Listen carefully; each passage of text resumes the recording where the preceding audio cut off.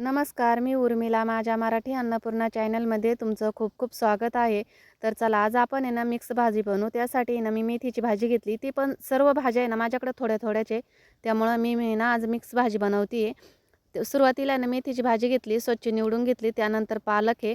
पालक पण चिरून घेते बारीक आणि पालकप्रमाणेच शेपू पण घेतला मी शेपू पण बारीक चिरून घेते आणि सर्व भाज्या आहे ना या मेथीमध्येच मिक्स करणार आहे. तर मेथीची भाजी ज्या टोकरीत घेतली ना त्याच टोकरीमध्ये सर्व भाज्या मिक्स करून घेतल्या चिरल्यानंतर आणि आता वाटण करून घेते. 7-8 हिरव्या मिरच्या घेतल्या आहे आणि 7-8 लसणाच्या पाकळ्या घेऊन आणि मिक्सरमध्ये बारीक करून घेतलं आहे. त्यामध्ये पाणी वगैरे काही टाकायचं नाही. नंतर आहे ना कढई गरम करायला ठेवली, त्यामध्ये तेल टाकले. तेल चांगलं गरम झालं. तेलामध्ये ना जिरे 1 चमचा जिरे टाकले. जिरे टाकल्यानंतर आपण वाटण केलेली मिरची टाकली आहे. चांगली तेल सुटेपर्यंत तळून घेतली. त्यानंतर आपण धुतलेल्या सर्व भाज्या आहे ना मिक्स करून घेतले ते मी त्याचं कढईमध्ये टाकून घेतले आणि चांगलं परतून घेतले. भाज्या आहे ना चांगल्या परतून घ्यायच्या. यामध्ये दुसरं वाटण वगैरे काहीच टाकायचं नाही. कांदा टमॅटोसुद्धा नाही टाकायचं.